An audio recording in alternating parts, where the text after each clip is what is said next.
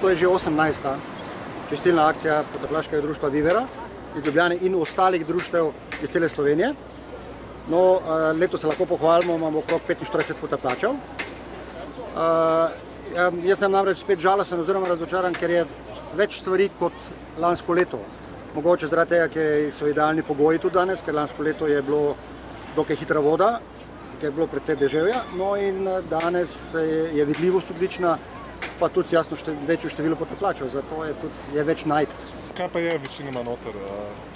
Ja, tako kot vsako leto je tudi letos največ koles, potem prometnih znakov, teh kontejnerjev.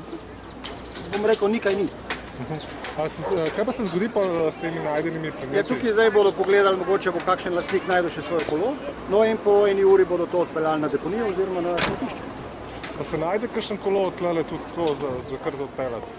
Ja, moram povedati, lansko leto je lastnik najdel tukaj na Šuštarju svoje kolo, ki je pogrešal 2 meseca. Je bil zelo vesel in se je odpeljal tukaj, pač iz Šuštarja se peljal domov. Kako pa je z onesnaženostjo, glede na prejšnja leta? Ja, neki podatek, to je mogoče star leto in pol, je Ljubljanca 3. najbolj onesnažena reka v Sloveniji.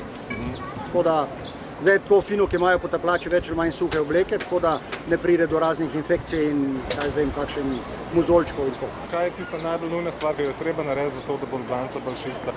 Ozavestiti ljudi, da Ljubljanca je čudovita reka, da ni to smetišče, da naj ne odmetavajo tistega, kaj ne rabi v Ljubljancu, zato so smetišča, deponije in tako da ozavestiti ljudi. To bo še pa trajalo. Še bo akcija, sigurno še bo imela akcija.